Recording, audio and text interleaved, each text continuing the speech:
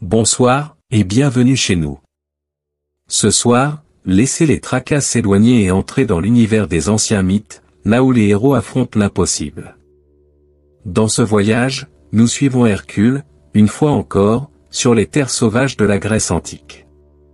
Son 6e travail le conduit jusqu'aux rives, d'un lac caché au cœur d'une forêt brumeuse, où nichent des créatures redoutables, les oiseaux du lac Stymphale. Leurs ailes métalliques coupent comme des lames.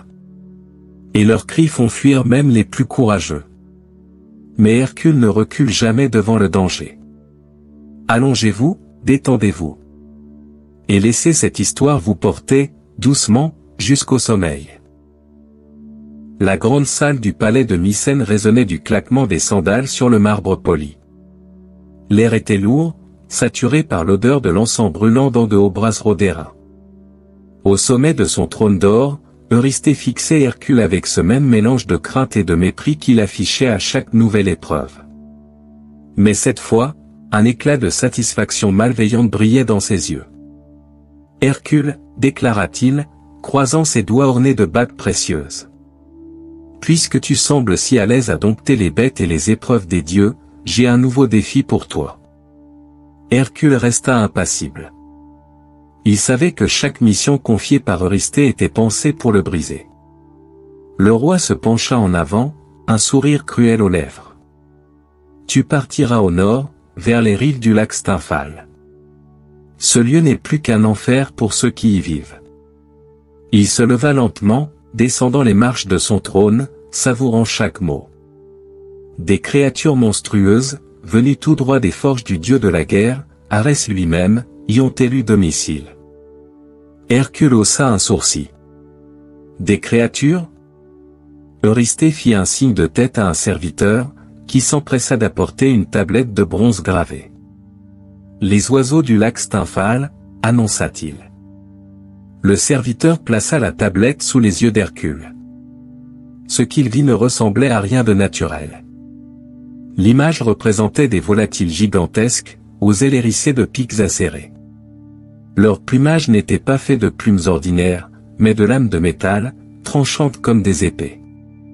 Leurs serres semblaient capables de déchirer la pierre, et leurs becs crochus étaient gravés de runes sinistres. Ils sont innombrables, poursuivit Eurysthée, savourant la tension dans l'air. Leur vol assombrit le ciel, et ils sèment la terreur sur les villages alentours.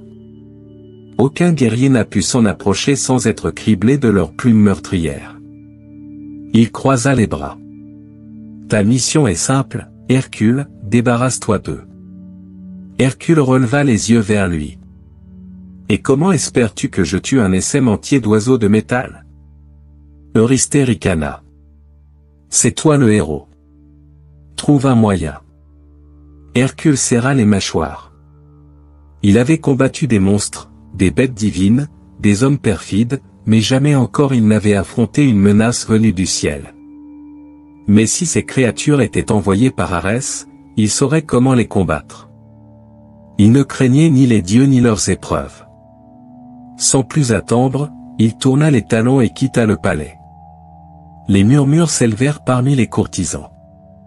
Tous savaient que cette tâche était différente des autres. Comment tuer des créatures qui volent? Qui attaque sans se poser au sol? Mais Hercule ne doutait pas. Là où les autres voyaient l'impossible, il voyait une nouvelle manière de triompher. Il rassembla son arc, sa massue et son courage. Et il se mit en route vers le lac Stymphale. La route vers le lac Stymphale fut longue et silencieuse. Hercule avançait d'un pas sûr, sa massue attachée dans son dos, son arc fermement accroché à son épaule. Il savait que cette épreuve serait différente des autres. Les monstres qu'il avait affrontés jusque-là avaient du sang et de la chair, une force brute qu'il pouvait contrer avec la sienne.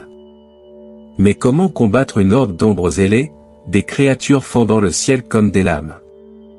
Quand il arriva à la lisière de la forêt entourant le lac, il sentit immédiatement un frisson le parcourir. L'air y était étrangement lourd, et pas un bruit ne résonnait sous la canopée épaisse. Pas de chant d'oiseaux. Pas de bruissement de feuilles. Rien. Un silence de mort. Dans un petit hameau aux abords de la forêt, les habitants l'attendaient avec inquiétude. Un vieil homme s'avança, le regard creusé par la peur et la fatigue. « Étranger, tournez-vous et partez. » Hercule ne broncha pas. Le vieillard secoua la tête. « Nous avons vu des guerriers entrer dans cette forêt. Aucun n'en est jamais ressorti. » Une femme, les larmes aux yeux, s'agrippa au bras du héros. « Ils fondent sur vous sans bruit, et avant même que vous ne puissiez lever une arme, leurs plumes vous transpercent. » Un jeune garçon, caché derrière sa mère, murmura. « On dit qu'ils obéissent à Arès en personne. Que leur cri est un appel à la guerre. » Hercule posa une main sur l'épaule du garçon. « Arès peut envoyer toutes ses bêtes. Je ne reculerai pas. » Il s'enfonça alors dans la forêt interdite, laissant derrière lui les regards désespérés des villageois. À chaque pas, l'atmosphère devenait plus pesante. L'ombre des arbres semblait plus oppressante, et la brise elle-même paraissait retenir son souffle. Puis, il les vit. Les ossements. Partout autour de lui. Des crânes blanchis, des morceaux d'armures éventrés, des lances brisées à moitié enfouies dans le sol. Des hommes étaient venus ici. Et ils n'étaient jamais repartis. Il s'accroupit, soulevant une plaque de bronze transpercée de part en part. Des trous nets, comme si un millier de flèches l'avaient transpercé d'un seul coup. Son regard s'assombrit. Ce n'étaient pas de simples oiseaux. Un bruissement furtif dans les branches. Hercule se figea immédiatement. Ses muscles se tendirent. Son instinct l'avertissait d'un danger immédiat. Un battement d'ailes, puis un deuxième. Puis un son étrange. Un sifflement métallique, comme une lame qu'on aiguise contre une pierre. Il leva les yeux. Au sommet des arbres, des ombres bougeaient entre les feuillages. Leurs yeux rougeoyaient comme des braises dans l'obscurité. Il l'observait. Hercule sourit lentement. « Alors vous m'attendiez, murmura-t-il. » Il se redressa, attrapa fermement sa massue, et fit face à l'inconnu. L'épreuve ne faisait que commencer. Le sentier s'élargissait enfin, laissant entrevoir les eaux sombres du lac Stymphale. Hercule avançait prudemment, chacun de ses pas soulevant une terre humide et froide, saturée de l'odeur du marais. Le silence était toujours aussi oppressant. Pas une grenouille, pas un insecte. Seule une ombre mouvante dans les cieux. Puis, tout bascula en un instant. Un cri perça l'air. Un hurlement métallique, inhumain, comme le cri d'une lame qu'on tordait dans l'air. Hercule leva brusquement les yeux. Une masse sombre surgit des nuages.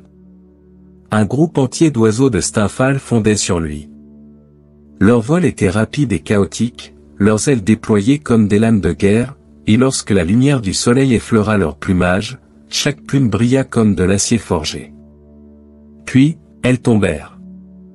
Un sifflement strident. Comme des flèches maudites, les oiseaux déchirèrent le ciel, projetant des plumes tranchantes droit sur lui.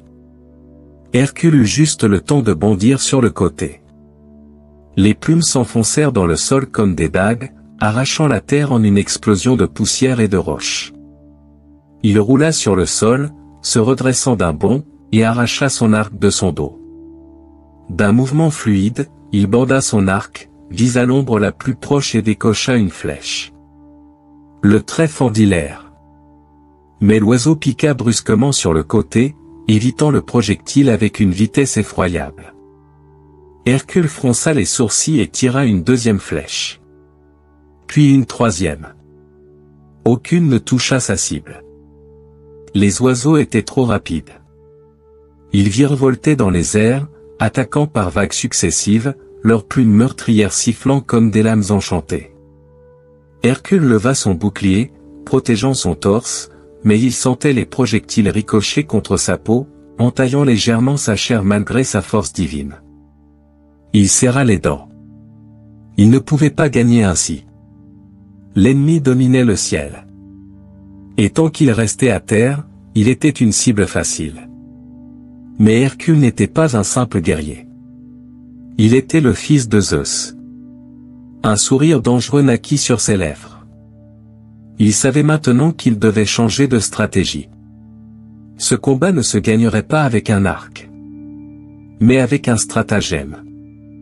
Il rangea son arc, se redressa lentement et scruta les oiseaux.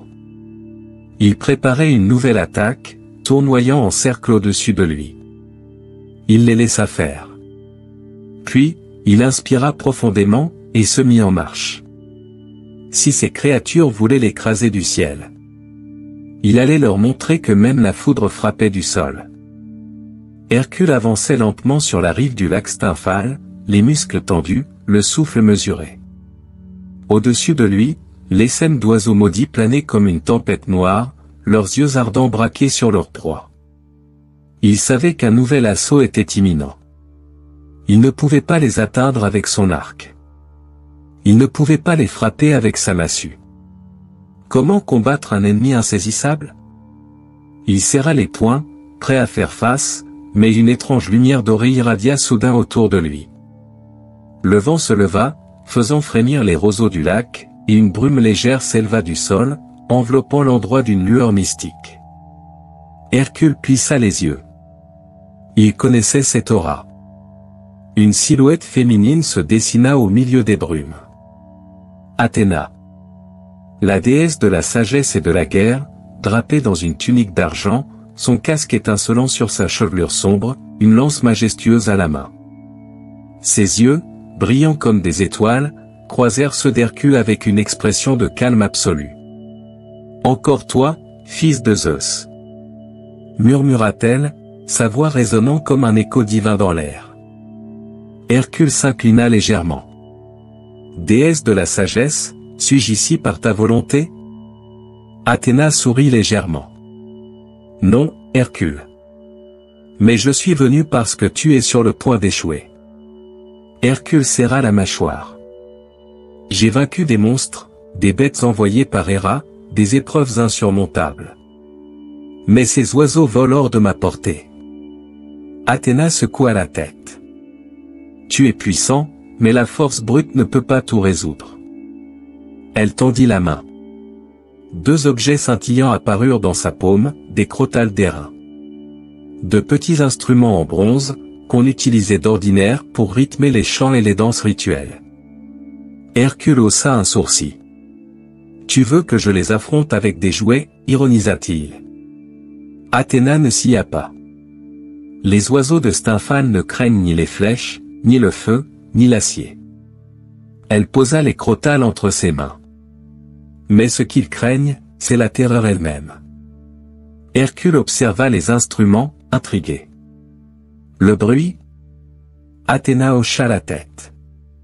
Leur ouïe est fine, bien plus fine que celle des hommes. Un simple cri peut les effrayer, les désorienter. Mais ces crotales, eux, produiront un son qu'ils ne pourront supporter. Elle s'approcha, posant un regard intense sur lui. Ce n'est pas ta force qui vaincra ici, Hercule.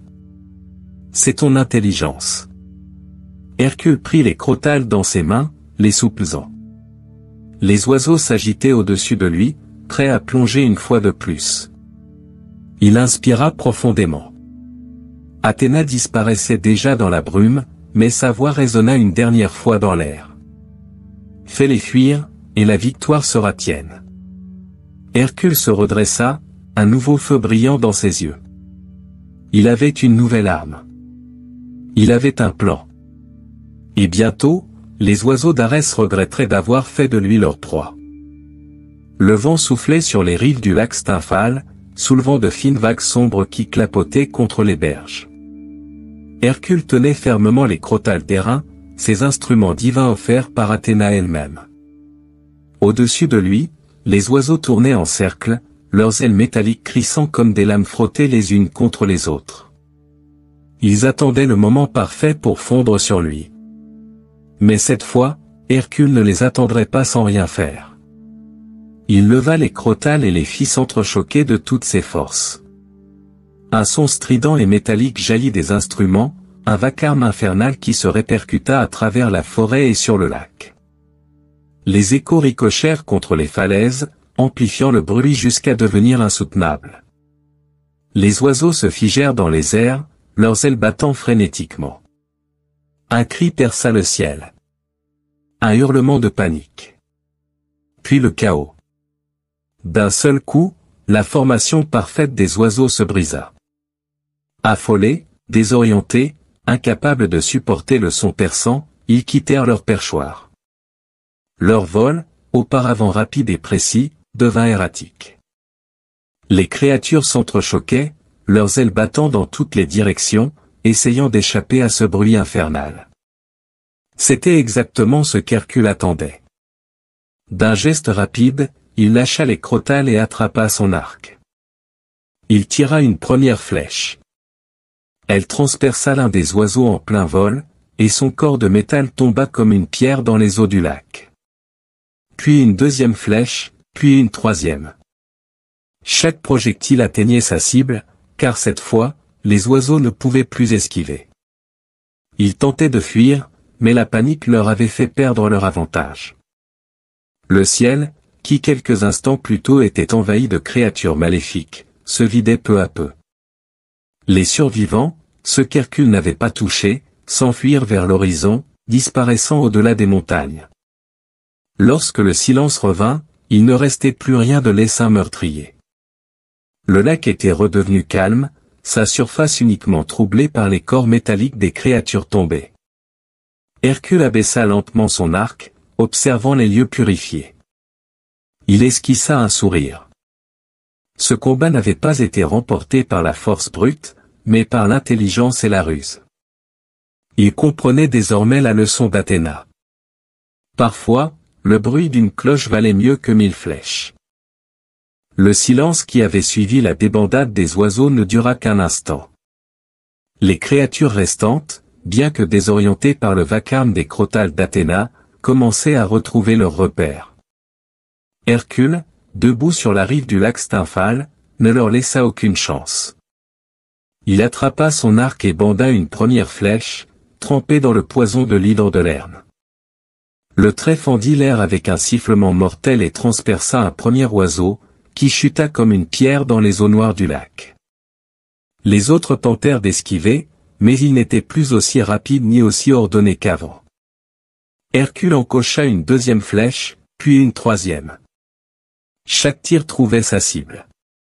Les oiseaux tombaient les uns après les autres, leurs cris stridents se mêlant au fracas métallique de leur corps s'écrasant sur la terre ou disparaissant dans les profondeurs du lac.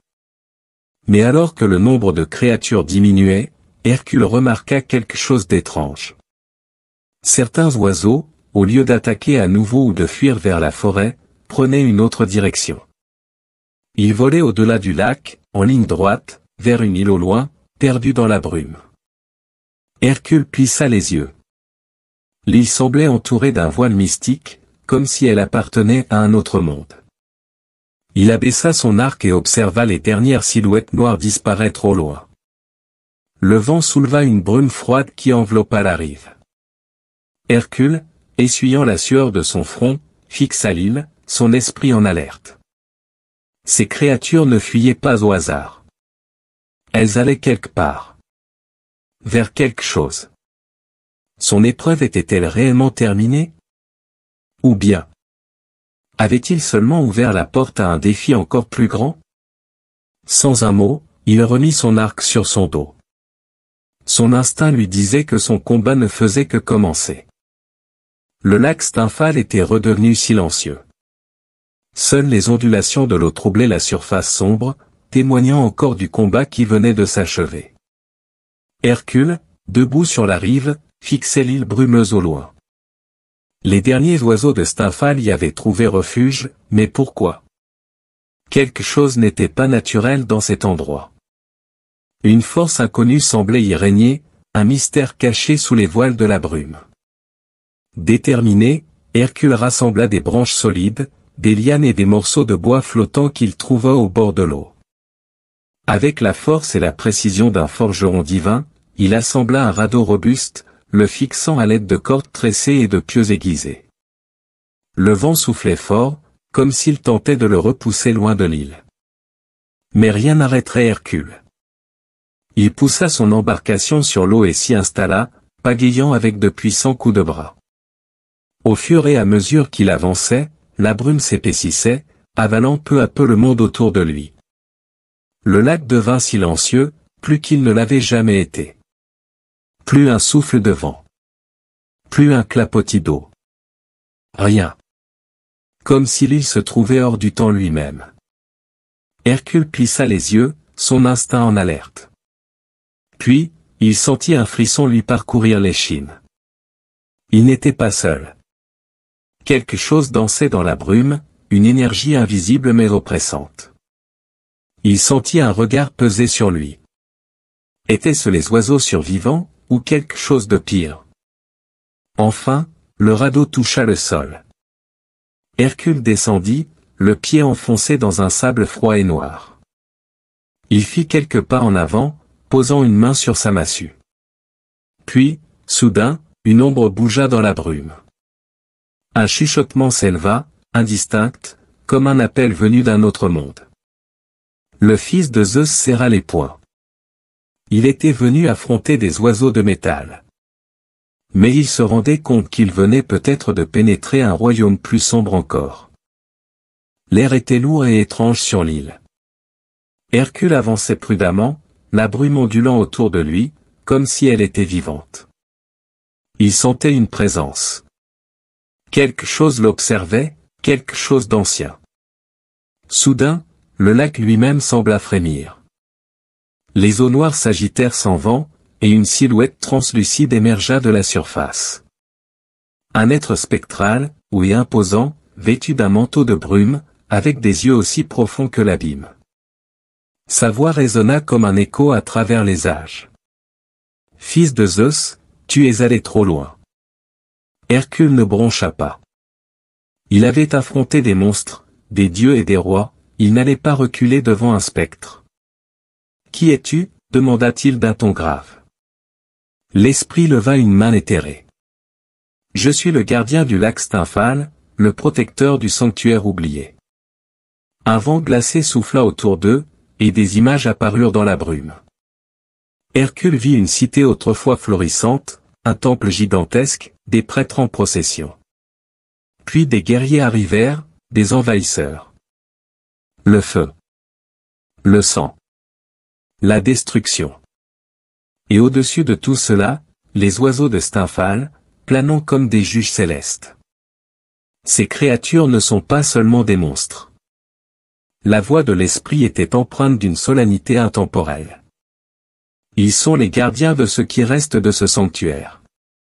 Ils protègent l'équilibre fragile entre les vivants et les morts. Hercule serra les poings. Eurysthée lui avait-il encore menti? Et si je les détruis? Demanda Hercule. L'esprit s'avança, sa silhouette devenant plus sombre. Alors tu rompras un pacte sacré. Le chaos viendra s'abattre sur ces terres. Hercule jeta un regard vers les ombres mouvantes des oiseaux, cachés au sommet des arbres morts de l'île. Il comprenait désormais. Ce n'étaient pas eux les envahisseurs. C'était lui. Mais alors, que devait-il faire?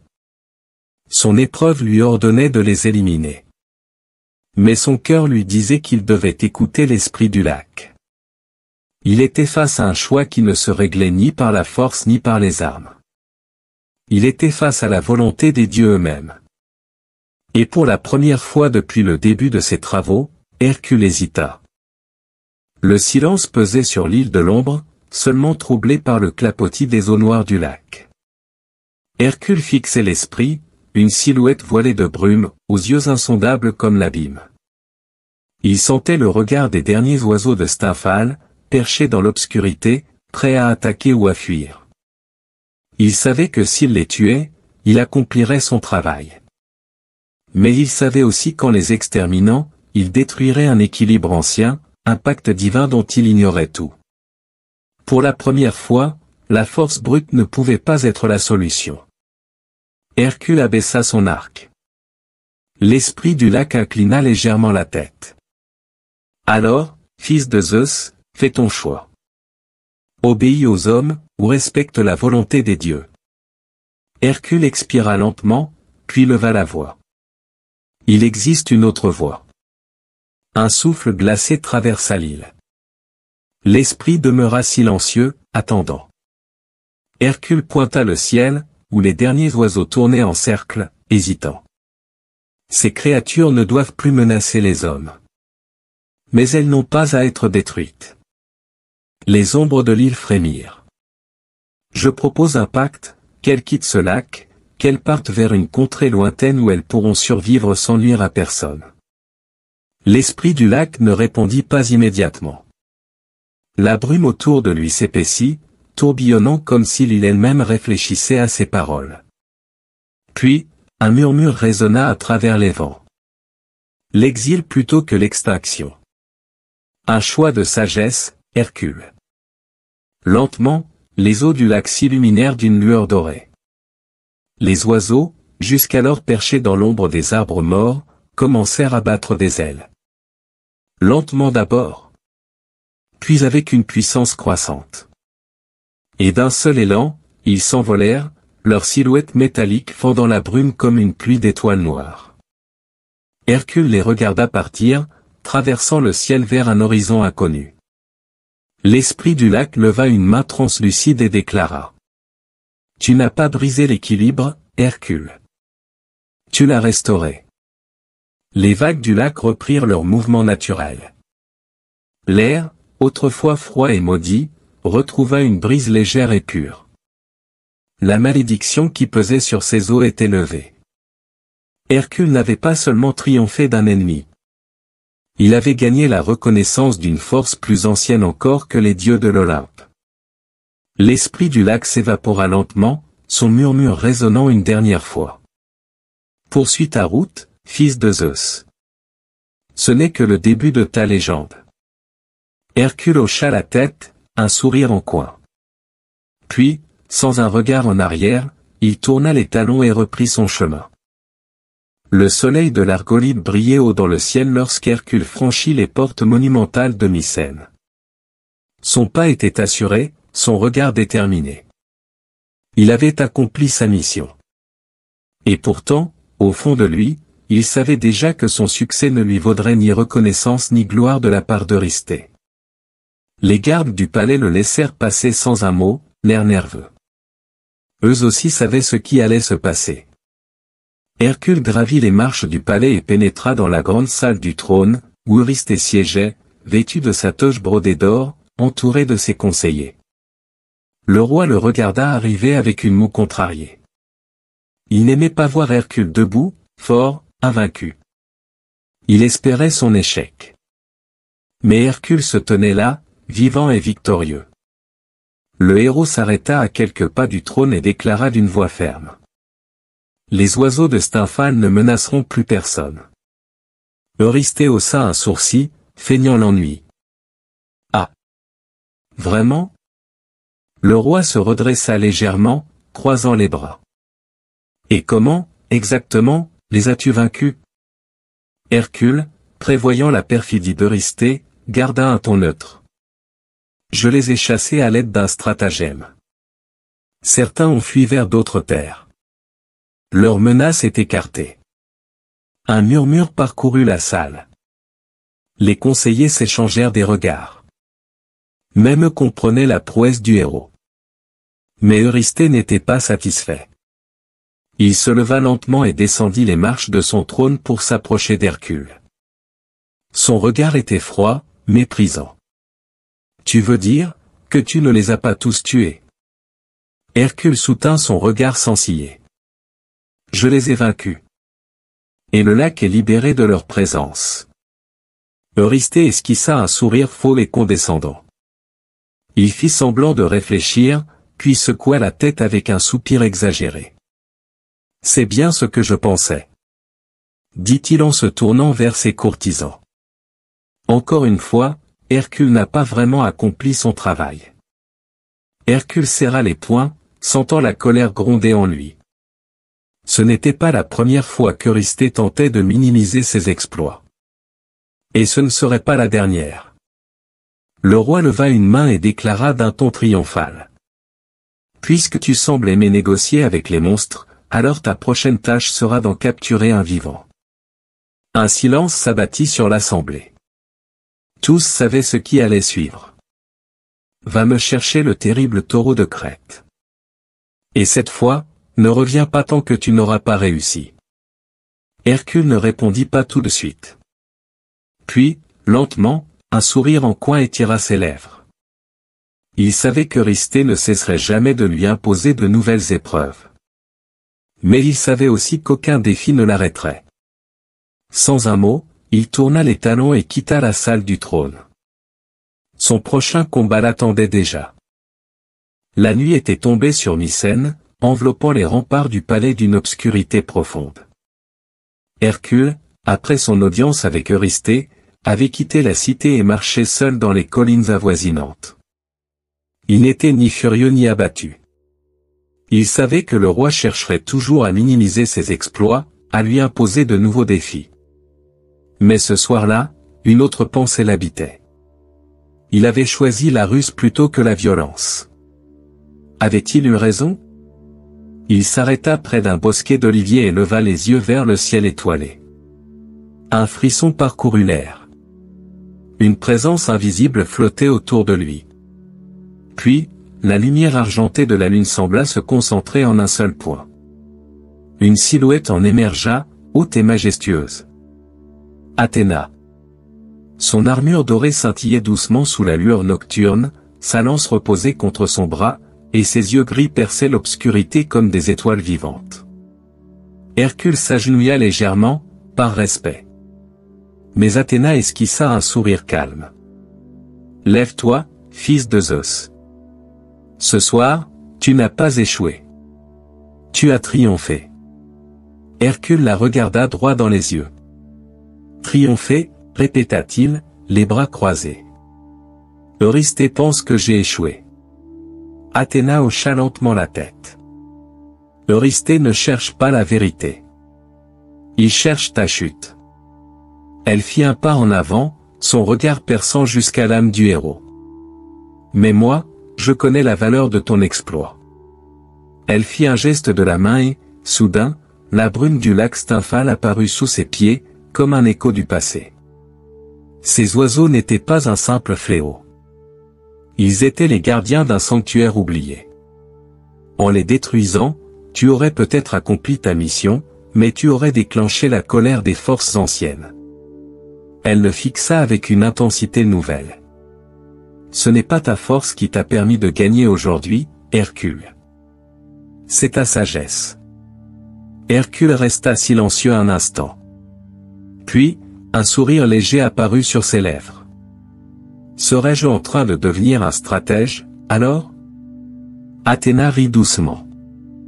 La ruse est une arme aussi tranchante qu'une lame divine. Tu l'as compris aujourd'hui. Elle leva la main et posa ses doigts sur le front d'Hercule. Une onde de lumière dorée se propagea autour de lui. Je te donne ma bénédiction, Hercule. Désormais, ton esprit sera aussi affûté que ton bras. Il sentit une clarté nouvelle s'installer dans son esprit, comme si les enseignements d'Athéna se gravaient en lui. Athéna recula, prête à disparaître dans l'ombre. Mais avant de partir, elle murmura. D'autres épreuves t'attendent. Et certaines ne pourront être gagnées ni par la force, ni par la ruse, mais par ce que tu découvriras en toi. Hercule hocha la tête. Il comprenait que son voyage était loin d'être terminé. Alors que la silhouette de la déesse s'évanouissait sous la lumière de la lune, il se tourna vers l'horizon, prêt à affronter son prochain défi. Il était plus qu'un guerrier désormais. Il était un héros guidé par la sagesse. La nuit était tombée sur la Grèce, enveloppant les collines et les cités sous un voile d'ombre parsemé d'étoiles scintillantes. Hercule était seul, debout sur un promontoire rocheux, observant l'horizon. Les épreuves qu'il avait traversées lui avaient enseigné la douleur, la force et le courage. Mais celle-ci, celle du lac Stymphale, lui avait offert une autre leçon. Il avait toujours cru que sa force était son plus grand atout. Sa massue, son arc, ses poings capables d'écraser des monstres et des guerriers. Mais cette fois, aucun de ces outils ne l'avait sauvé. C'était sa ruse, son intelligence, sa patience qui avaient fait la différence. La voix d'Athéna résonnait encore dans son esprit. La ruse est une arme aussi tranchante qu'une lame divine. Hercule esquissa un sourire. Il comprenait maintenant. Un véritable héros ne devait pas seulement être un guerrier. Il devait être un stratège, un visionnaire, un homme capable d'adapter son esprit à chaque combat. Eurysthée lui imposerait d'autres épreuves. D'autres dieux le mettraient à l'épreuve. D'autres monstres se dresseraient sur son chemin. Mais il ne serait plus le même homme qu'au début de son voyage. Chaque défi ne ferait que le renforcer, non pas seulement dans ses muscles, mais dans son esprit. Il inspira profondément. Derrière lui, les lumières de Mycène brillaient encore faiblement dans la nuit. Mais il ne s'y attarda pas. Il savait que son chemin le mènerait ailleurs. Il ajusta la peau du lion de Némée sur ses épaules, serra la poignée de sa massue. Et reprit sa route. Le vent souffla doucement, comme une promesse murmurée par les dieux eux-mêmes. Hercule n'était plus seulement un combattant. Il était un héros en évolution, un homme prêt à affronter ce qui l'attendait, avec bien plus que la seule force de ses bras. Et voilà.